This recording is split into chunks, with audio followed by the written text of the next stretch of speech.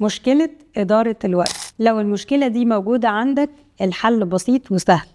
الحل في مصفوفة اسمها مصفوفة الأولويات أو البريوريتي ماتريكس. لو عايز تتعلم إزاي تنظم وقتك، هات ورقة وقلم واقسم الورقة بتاعتك ل4 مربعات. المربع رقم 1 وده هيمثل المربع اللي فيه أعلى أهمية للتاسكات، وكمان أعلى في درجة الاستعجال أو في الوقت المطلوب لتنفيذها. المربع التاني وده بيكون للمهام يمكن إنك تأجلها. المربع رقم 3 وده بيمثل مجموعة المهام اللي مش مهمة وممكن إن أنا أبتدي أشتغل عليها بشكل سريع. المربع الأخير وده هيمثل مجموعة المهام اللي لا هي مهمة ولا هي مستعجلة.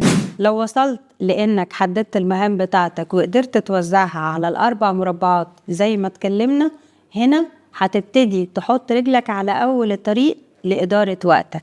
حاول دايما تمرر نفسك على كل المهام اللي مطلوبة إنك تحدد أولويتها وأهميتها، وحاول دايما تشتغل على ده بشكل مستمر علشان تقدر تحقق أهدافك وتدير وقتك بشكل مناسب.